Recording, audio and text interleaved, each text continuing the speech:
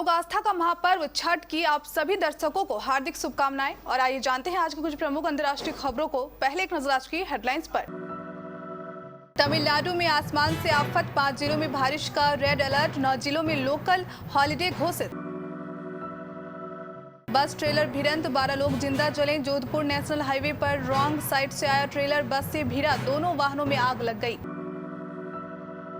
कई घाटों से पुलिस ने श्रद्धालुओं को लौटाया। भाजपा सांसद प्रवेश वर्मा बैरिकेडिंग तोड़ते हुए घाट तक पहुंचे। किसान आंदोलन में बंदोबस्त में लगी है 30% पुलिस, खुफिया सिग्नल पर बाहर निकल रहे नेताजी। सिंगू बॉर्डर पर किसान का शव लटका मिला, जान गंवाने वाला पंजाब के फतेहगढ़ साहिब का था। सवाल यह हत्या है या आत्महत्या। पीजी कॉलेज के प्रोफेसर की गला रेतकर हत्या, घर से बरामद हुआ खून से लथपथ शव, जांच में जुटी पुलिस।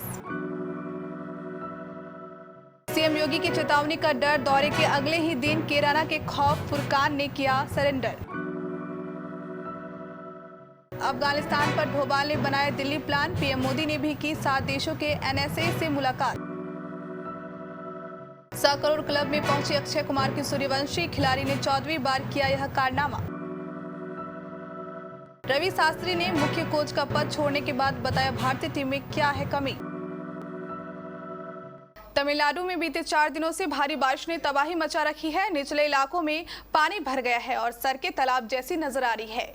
बुधवार को इंडियन डिपार्टमेंट ने कुड्डालोर, विलुरप्पम, शिवगंगा, रामनाथपुरम और कराईकल में रेड अलर्ट जारी किया है। बंगाल की खाड़ी के ऊपर बना लो प्रेशर एरिया जल्द ही डिप्रेशन में बदल सकता है।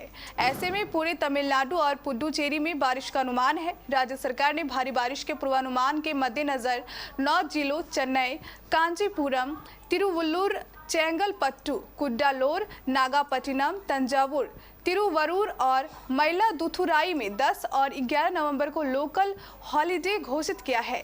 कोयंबटूर के स्कूलों को भी आज बंद कर दिया गया है।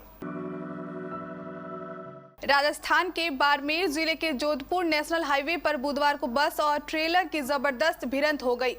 भांडियावास गांव में संस्कार स्कूल के पास हुई आमने सामने की टक्कर के बाद बस और ट्रेलर में आग लग गई। इसमें 12 लोग जिंदा जल गए। हादसा सुबह 10:30 पर हुआ। शुरुआत में 5 लोगों की मौत की खबर आई, लेकिन बाद में जिले के एसपी ने 7 और मौतों की पुष्टि की, जिसमें एक बच्ची है। 40 घायलों को पास के नाहटा राजकीय अस्पताल में भर्ती कराया गया, जिनमें से 13 को जोधपुर रेफर कर दिया गया। सूचना के बाद पचपदरा, बालोतोरा और रिफाइनरी की फायर ब्रिगेड मौके पर पहुंची। 3 दमकलों ने आधे घंटे में दोनों वाहनों में लगी आग पर काबू पाया।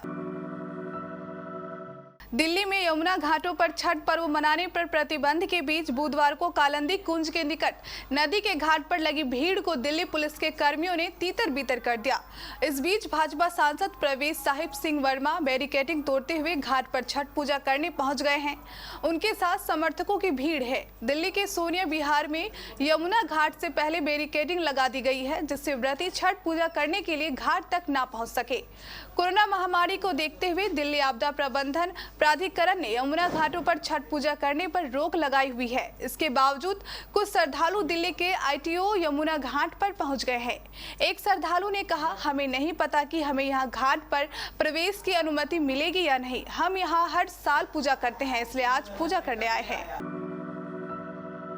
किसान आंदोलन 26 नवंबर को दूसरे साल में प्रवेश कर जाएगा। बुधवार को आंदोलन का 349वां दिन है। खासतौर से पंजाब, हरियाणा, पश्चिमी उत्तर प्रदेश, उत्तराखंड, राजस्थान व दिल्ली में किसानों पर नजर रखने के लिए अतिरिक्त पुलिस बलों की तैनाती करनी पड़ी है।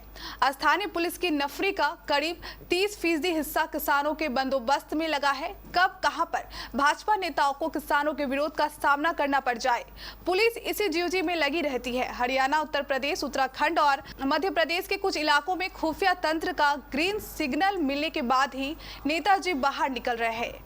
मुख्यमंत्री से लेकर मंत्रियों और पार्टी पदाधिकारियों तक को सार्वजनिक कार्यक्रम में शिरकत करने के लिए खुफिया तंत्र की रिपोर्ट का इंतजार करना पड़ता है। 29 नवंबर से दिल्ली में संसद का शीतकालीन सत्र शुरू हो रहा है। संयुक्त किसान मोर्चा एसकेएम ने ऐलान किया है कि 29 नवंबर से संसद सत्र के अंत तक 500 चयनित किसान ट्रैक्टर ट्रॉलियों में रोजाना रोजाना शांतिपूर्ण और पूरे अनुशासन के साथ संसद जाएंगे। इसके लिए दिल्ली में केंद्रीय सुरक्षा बल तैनात होंगे। हरियाणा में सिंघू बॉर्डर पर चल रहे किसान आंदोलन के बीच एक और किसान की मौत हो गई। किसान का शव बॉर्डर पर ही नीम के पेड़ से लटका मिला है।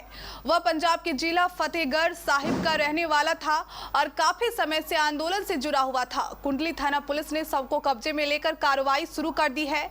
जानकारी के अनुसार बीक्यू सिद्धपुर से जुड़े पंजाब के फतेहगढ़ साहिब के तहसील अमलोह के गाँव रुकड़ी निवासी 45 वर्षीय गुरप्रीत सिंह पिछले काफी समय से सिंघू बॉर्डर पर अपने साथियों के साथ ट्रॉली में ठहरा हुआ था।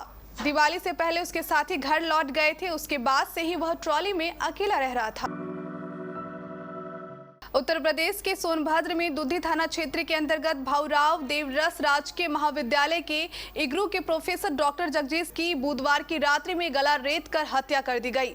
उनका शव उनके ही घर से बरामद हुआ। घटना की सूचना मिलने के बाद मौके पर पहुंची पुलिस ने शव को अपने कब्जे में लेकर पोस्टमार्टम के लिए अस्पताल भेज दिया है। प्रोफेसर की गला रेत कर हत्या से इलाके में सनसनी फैल गई। हत्या किसने की और क्यों की, इसका अभी तक पता नहीं चल पाया है। प्राप्त जानकारी के मुताबिक प्रोफेसर डॉक्टर जगदीश सिंह पुत्र स्वर्ग मोहन लाल निवासी भदैयापुर थाना घाटा जनपद फतेहपुर हाल पता ग्राम मलदेवा थाना दुधी में वह किराए के मकान में परिवार समेत रहते थे। बीती रात वह एक अलग कमरे में सो रहे थे जबकि पत्नी और बच्चे दूसरे कमरे में थे।